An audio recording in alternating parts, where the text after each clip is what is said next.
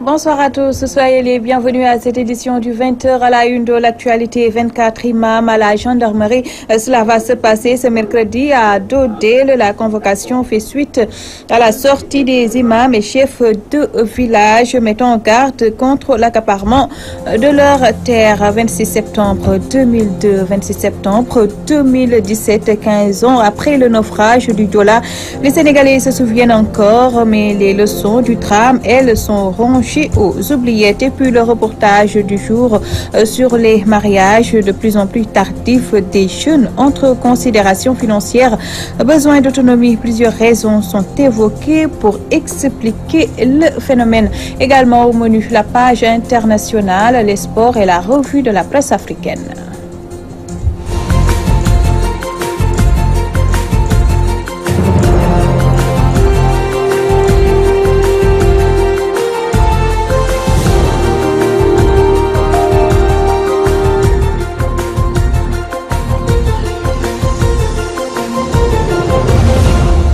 « 26 septembre 2002, 26 septembre 2017, voilà 15 ans que le bateau le Joola sombrait dans les eaux de l'océan Atlantique. Ce mardi, le Sénégal se souvient encore de ces 1863 victimes qui ont péri dans la plus grande catastrophe maritime de tous les temps, Issa Tine.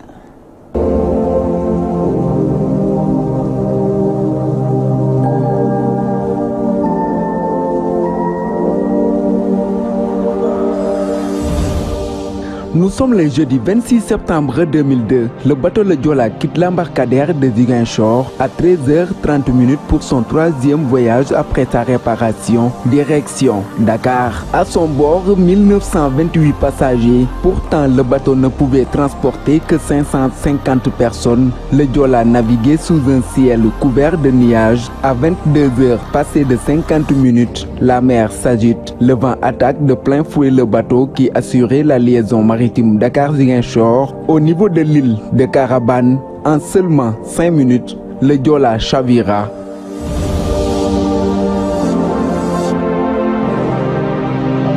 Il y avait là, comme d'habitude, des femmes qui partaient vendre des fruits et légumes à Dakar, des militaires en permission et de nombreux étudiants qui s'apprêtaient à reprendre les cours à Dakar. Une nuit très longue pour ces voyageurs qui devaient attendre dans les cabinets jusqu'au petit matin à l'annonce de la nouvelle pour voir les premiers secouristes. La coque, les bagages, les passagers sont allés doucement au fond des eaux. Seules 64 personnes ont pu être sauvées. Selon les chiffres officiels, 1863 personnes y ont perdu la vie. Un bilan contesté par les associations des proches des victimes qui parlent de plus de 2000 morts. 12 nationalités différentes étaient dans le ferry. La Casamance est la zone la plus touchée par cette catastrophe maritime. Le vendredi 27 septembre, le Sénégal s'est réveillé dans la douleur. L'annonce de la nouvelle porte l'angoisse des familles à son comble, mais personne à ce moment ne se doutait encore de l'ampleur du drame qui s'est produit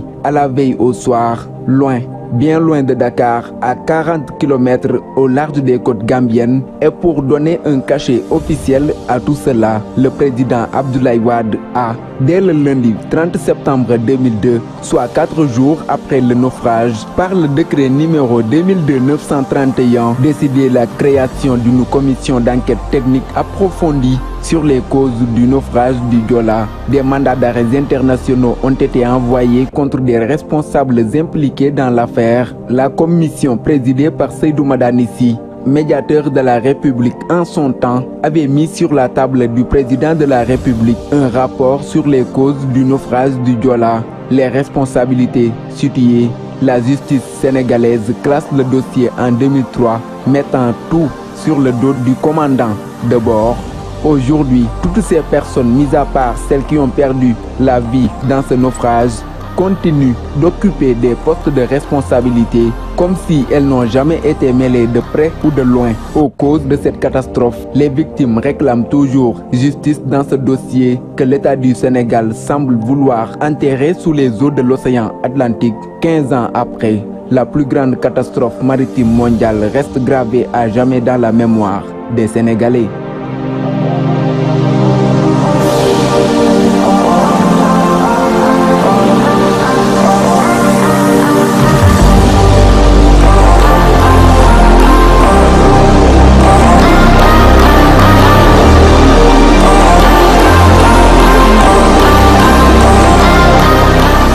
Satine, naufrage du Diola 15 ans après, les mêmes négligences continuent de produire les mêmes effets sur les routes du pays, notamment la preuve accident, naufrage et incendie occupe l'actualité.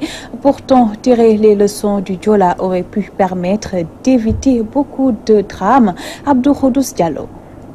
26 septembre 2002, 26 septembre 2017. 15 ans après, les Sénégalais gardent encore en mémoire le naufrage du bateau le Diola. Une catastrophe qui a coûté la vie à plus de 1800 personnes, même si l'association des victimes parle de plus de 2000 morts. En clair, le mal est vécu. Les autorités d'alors, fraîchement arrivées au pouvoir, ont multiplié les promesses pour dire ainsi, situer les responsabilités sans succès. Oui, le temps passe. L'anniversaire de la plus grande catastrophe humaine au Sénégal semble devenir un rituel. Chaque année, elle est célébrée une occasion pour les sinistrés de rappeler les promesses non tenues ça et là. En vain. Pourtant, ce naufrage aurait dû servir aux gouvernants à une prise de conscience afin de limiter les dégâts. Mais hélas, depuis 2002, l'hécatombe continue sur les routes. Rien qu'en 2016, près de 600 personnes sont mortes par accident, puisque même les statisticiens vont avoir peur de vous faire le bilan des accidents depuis 2002 au Sénégal. Seulement le drame de Bettenty du 24 avril résonne encore avec le chavirement d'une pirogue ayant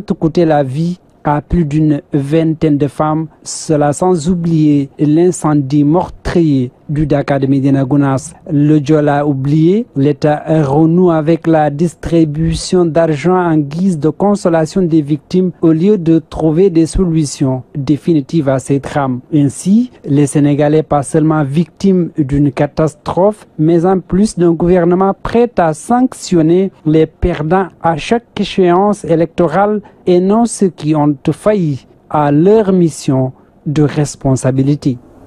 Abdou Khoudous Diallo, autre aspect de l'actualité, je vous le disais d'ailleurs en titre, 24 imams et chefs de village de la commune de Dodel vont défiler ce mercredi devant les enquêteurs de la gendarmerie. Ils sont convoqués après leur sortie protestant contre l'accaparement de leurs terres par des agro-industriels étrangers. 10 000 hectares de terres sont la source du conflit. Mamadou Alimbaï, leur porte-parole, est au micro de Aboukan. Ils ont organisé un forum, soi-disant qu'ils sont d'accord. Ceux qui étaient présents, aucun d'entre eux n'a un hectare ou bien un santiar ou bien un arbre.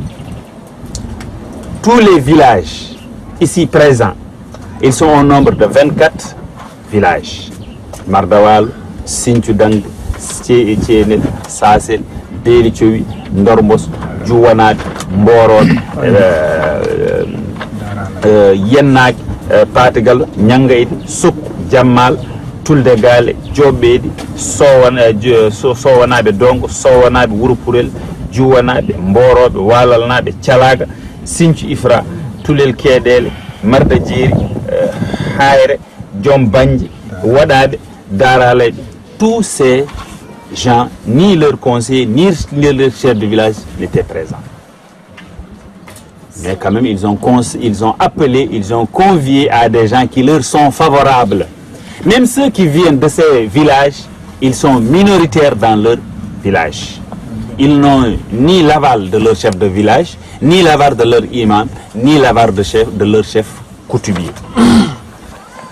La valeur de ces terres ne se limite pas à une machine échographique.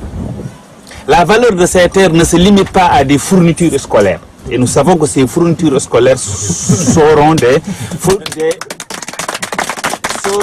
supports de propagande. Seront des supports de ni à un instant. Nous sommes tous à la recherche de ce décret fantôme, de ce décret présidentiel qui n'est pas à ce jour diffusé par le journal officiel. Nous l'attendons tous et nous voulons des preuves tangibles sur ce décret présidentiel. Et nous tous, nous sommes désolés d'entendre que le Thierno Bassamor de Sinthioudangue, âgé de 97 ans, est convoqué à la gendarmerie. Nous voulons l'arrêt pur et simple de ce projet. Accusation de mauvaise gestion de la mairie de Latmingué après la sortie du premier adjoint au maire Diouli Ndao. C'est au tour du mouvement des élèves et étudiants républicains de monter au créneau et c'est pour reprendre la défense du maire. Makumba Diouf Sambaka parle en leur nom au micro de Al-Hassan Ba. Nous, les jeunes intellectuels, ce qu'on dit à Diouli Ndao, c'est d'être honnête, d'être responsable. Et nous lui appelons surtout à être un vaillant guerrier. N'est-ce pas? Il a dit que avec tous les moyens, il va lutter contre le maire Dr Makumba Diouf. Donc, nous sommes là. Avant qu'il voie le Dr Makumba Diouf, il trouvera une jeunesse intellectuelle, une jeunesse révolutionnaire devant lui. C'est la population elle-même qui a vomi l'adjoint du maire Diouli Ndao. Donc, si la population n'en veut plus Diouli Ndao, le maire aussi va en décider. Et aussi nous les jeunes, nous sommes conscients sur ça. C'est la raison pour laquelle nous ne voulons plus de Diouli Ndao. Il faut qu'il quitte. Il n'est pas le seul adjoint. Il y a d'autres adjoints. Le deuxième adjoint est là. Et ce qu'on dit, c'est-à-dire Diouli Ndao ne mérite pas d'être adjoint. Je pense bien que nous avons fait une erreur avant tout ça. Diouli Ndao, c'est aussi un prostitué politique. Il a fait plus de 4 partis ici. Nous disons bien que la commune de Latmingué va très bien avec le docteur Makumba Diouf. Diouli, c'est un poltron. C'est un perturbateur, il l'a dit. Et il a fait du Diouli Ndao, c'est-à-dire insulter toujours les responsables dans la commune de Latmingué. Et cette terre est révolue. L'ère de tromperie et de sauvagerie est révolue ici à Latmingué. Il y a une jeunesse consciente, une jeunesse intellectuelle qui est là et qui est prête à tout prix pour contrecarrer ce poltron, pour contrecarrer ce nulard. Ce qui ne marche pas dans la mairie, c'est M. Diouli Ndao. Son arrogance, tout le monde peut témoigner de son arrogance. Il insulte les gens comme il veut, mais nous sommes responsables. Le maire Makumba Diouf, il est responsable, il ne va pas amener un mot sur ça. C'est nous, la jeunesse, qui allons lui répondre. S'il n'arrête pas, M. Diouli Ndao, s'il n'arrête pas, nous, la jeunesse, on va prendre la main et on va lui répondre encore. Rappel à Dieu de Serigne Abdou Aziz Sy Al Amine, la famille de Serigne Moussa Dia de Mbelkhé était à Tivaouane pour présenter ses condoléances au nouveau khalife Serigne Babacar Sy Mansour, suivant le compte rendu de Maïmouna Seck. Condoléances et de la disparition de ce qu'on avait, une perte pour l'humanité, une perte de la Khadriya Tidjaniya, une perte de tous les musulmans du Sénégal. Suite à ce décès, nous demandons à tous les talibés et condisciples de Alhaji Daouda Dia de serrer la main autour de son khalife et du groupe qui le compose, dirigé par monsieur le khalife Alhaji Moussa Dia et son jeune frère, le fils cadet de Alhaji Daouda, Alhaji Moubouri Dia. À l'occasion, Mor Matissar, par ailleurs coordonnateur national de la dite famille religieuse de Mbelkhé, a énuméré une par une les qualités du nouveau khalife général de la tariqa Tidjaniya sénégalaise. Serigne Mbaye Sy Mansour nit la ko xam ak bokk nit la ko baax. Serigne Mbaye Sy Mansour est un homme bien, véridique, qui déteste les contre-vérités. Quelle que puisse être la posture de son interlocuteur, s'il n'est pas véridique, sa place n'est pas à côté de ce guide religieux.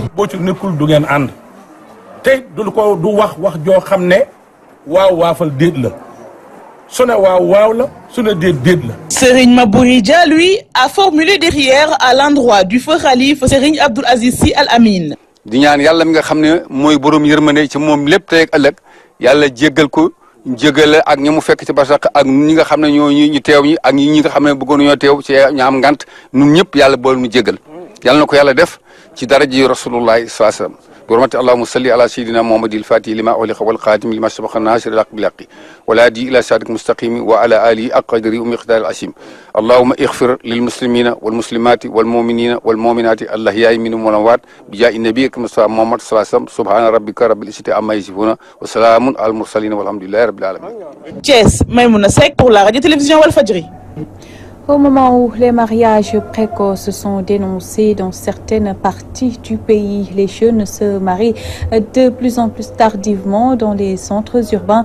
Pour certains observateurs avisés de la société sénégalaise, l'accès des filles à la scolarité et au marché du travail, mais aussi le manque de confiance peuvent expliquer ce phénomène. C'est le reportage du jour signé Mamou Gassama. Aujourd'hui, au Sénégal, avoir 20 ou 30 ans ne constitue plus un âge idéal pour se marier parce que c'est trop tôt, diront certains. Dans certaines grandes villes, par exemple, les jeunes ont tendance à se passer la corde au cou tardivement. Un phénomène que tentent d'expliquer ces citoyens rencontrés. Du côté des femmes, tout d'abord, c'est devenu un fait social parce qu'actuellement, les femmes, toutes les jeunes filles, je veux dire, préfèrent étudier et avoir le diplôme, avoir un bon boulot et pouvoir subvenir à leurs besoins propres. C'est juste un risque pour les hommes. Du fait qu'ils n'ont pas une bonne rémunération dans leur salaire. C'est pas facile quoi, en fait, prendre en charge une femme vu que par exemple au Sénégal, il y a la location qui coûte très cher, le transport aussi et le reste, voilà. De nos jours, les hommes se marient tardivement et après le mariage, ils trompent leur conjointe, raison pour laquelle les femmes préfèrent poursuivre leurs études et avoir un bon travail afin qu'elles puissent subvenir à leurs besoins sans attendre quoi que ce soit des hommes. Selon ce monsieur, les hommes fuient leurs responsabilités et les femmes veulent coûte que coûte mettre le crapin sur un homme riche. Les filles d'aujourd'hui veulent se marier à un homme riche, raison pour laquelle elles peuvent rester pendant 50 ans sans avoir un époux. Les hommes de leur côté fuient leurs responsabilités. C'est pourquoi ils tardent à se marier. El Haj Malik Sy Kamara, sociologue et professeur à l'université Cheikh Anta Diop de Dakar, évoque les causes d'un tel retard. Il y a plusieurs facteurs. On peut évoquer aussi le fait qu'aujourd'hui le marché matrimonial est en crise. D'autant plus que la plupart des jeunes n'ont pas d'emploi. Et l'autre aspect qui peut aussi être mentionné, à savoir, il y a beaucoup de femmes qui s'inscrivent aujourd'hui dans un autre régime que certains ont appelé des phases de transition, puisque la plupart des filles font aujourd'hui des études poussées et de ce point de vue, elles préfèrent terminer leurs études, finir les études avant un peu de se marier. Cette situation est autrement vécue par certains hommes qui craignent de ne pas pouvoir subvenir aux besoins de leur conjointe. Cependant, des deux côtés, la pesanteur sociale y est pour beaucoup. À présent, un round-up de l'actualité internationale avec Khadi Colonel Gueye.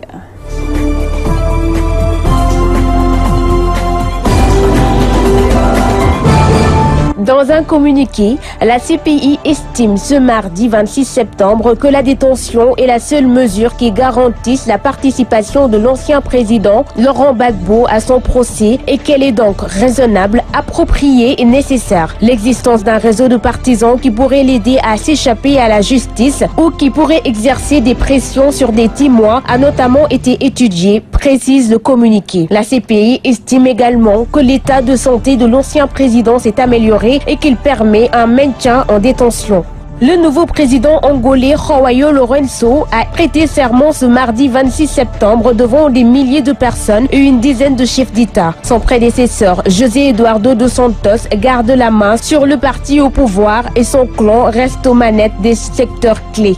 Il était un peu moins de 7 heures ce mardi matin, 26 septembre 2017, quand l'assaillant s'est présenté à l'une des entrées d'Al-Adar. Un groupe de Palestiniens travaillant dans cette colonie était alors en train de passer les contrôles de sécurité pour se rendre sur leur lieu de travail. Cet homme de 37 ans s'est mêlé à eux et a ouvert le feu, tuant 3 Israéliens, dont un militaire et 2 gardes d'une compagnie de sécurité privée.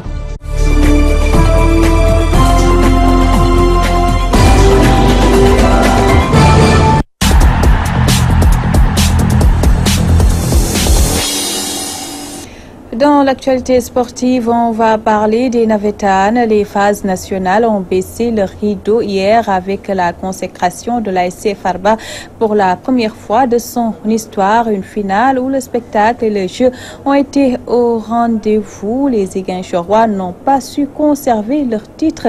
El Khairi Aïdara revient sur les temps forts de cette finale.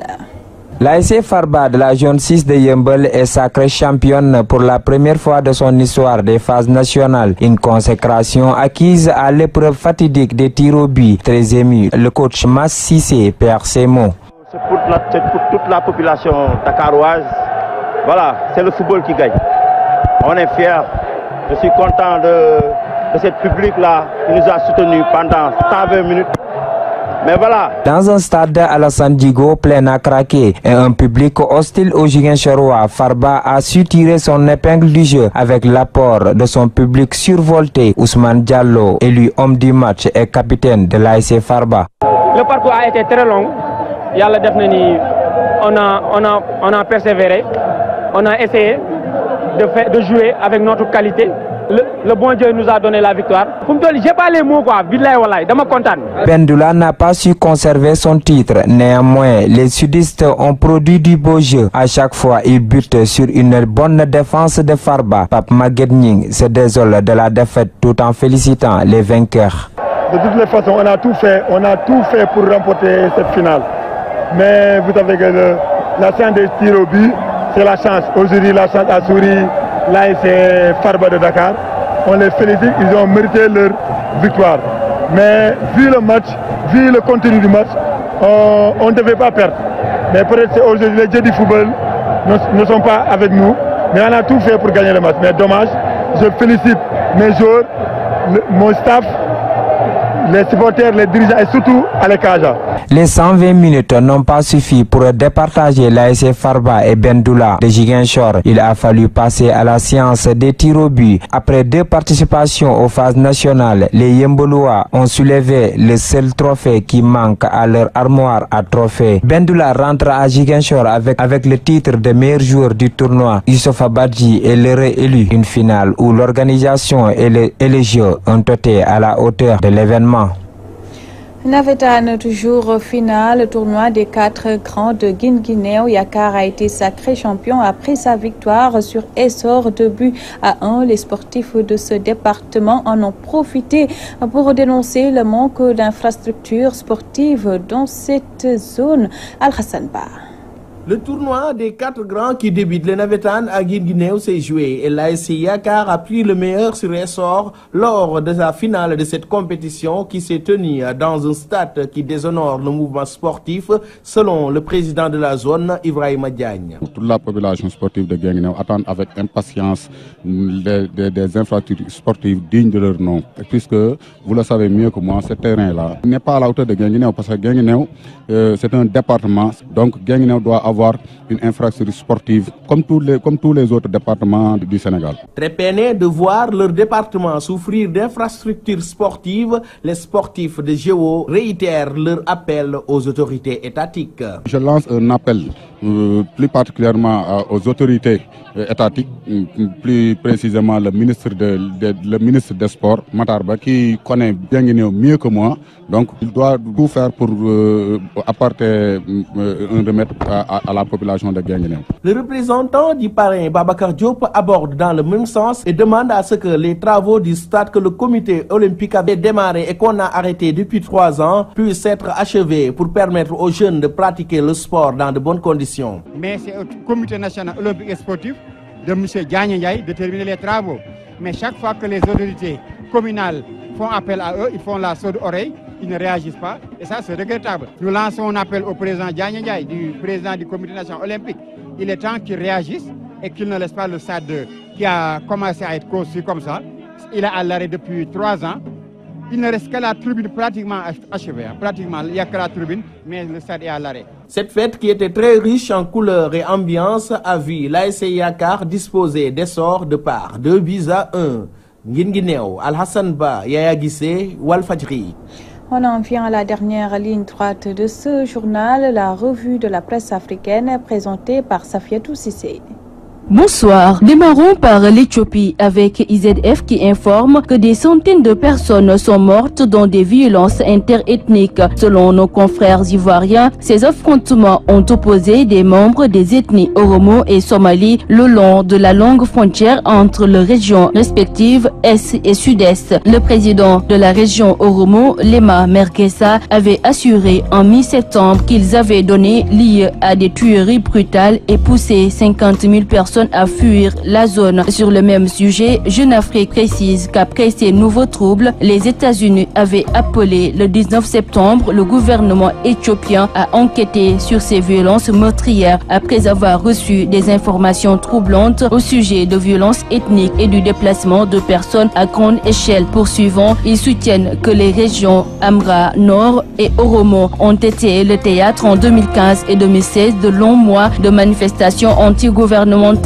les plus importantes depuis 25 ans. La répression a fait plus de 940 morts. Les Tchadiens non grata aux États-Unis, Déby ne mérite vraiment pas ça, écrit l'observateur Palga. Cet homme est vraiment fou et dangereux non seulement pour son propre peuple, mais aussi pour la planète entière, laisse entendre le journaliste burkinabé Hugues Richard Sama. Il soutient par ailleurs à la surprise générale que le candidat républicain a été élu 45e président des États-Unis. Il y a bientôt un an, nombreux sont les observateurs qui pensaient que la réalité de l'exercice du pouvoir le rattraperait rapidement, qu'il ne pourrait pas tenir les promesses parfois folles faites à ses électeurs. Pourtant, chaque jour que Dieu fait, il faut que le forcené de la Maison-Blanche conserve une de ses outrances, à savoir sa propension à prendre des mesures totalement loufoques dont il est le seul à avoir le secret. À peine installé dans le bureau ovale, Donald Trump sortait déjà sa liste noire longue de 6 pays, comme par hasard tous arabo-musulmans, dont les ressortissants étaient interdits d'accès au territoire américain: Syrie, Libye, Iran, Soudan, Somalie et Yémen. Restons toujours avec Jeune Afrique pour parler cette fois-ci de diplomatie. Le Tchad serait visé par le décret anti-migration de Trump, une décision arbitraire, une erreur, balance le site. Selon celui-ci, au lendemain de la présentation des nouvelles mesures anti-migration de Donald Trump, le Tchad, de nombreux experts américains s'interrogent sur les raisons de la mise au banc d'un pays stratégique dans la lutte contre le terrorisme. Parmi eux, John Campbell, ancien ambassadeur des États-Unis au Nigeria. El Watan, de son côté, révèle un système fiscal obsolète en Algérie et balance à sa une: les riches échappent à l'impôt. Nos confrères algériens font savoir que l'impôt sur la fortune ne sera pas pour demain, annoncé par l'ex-premier ministre Abdelmajid Tebboune. La mesure n'est pas reconduite dans le plan d'action d'Ahmed Ouyaya. Les 4500 fortunes seront épargnées. Voilà qui met un terme à cette présente édition. Vous aurez à 21h votre émission Balance présentée par Pape Ndiaye, suivi de Werwerlé à 22h avec Ao Diop Ndiaye Diagne. À vous tous, merci de l'attention. L'information se poursuit sur notre site walfnet.com. Bien à vous.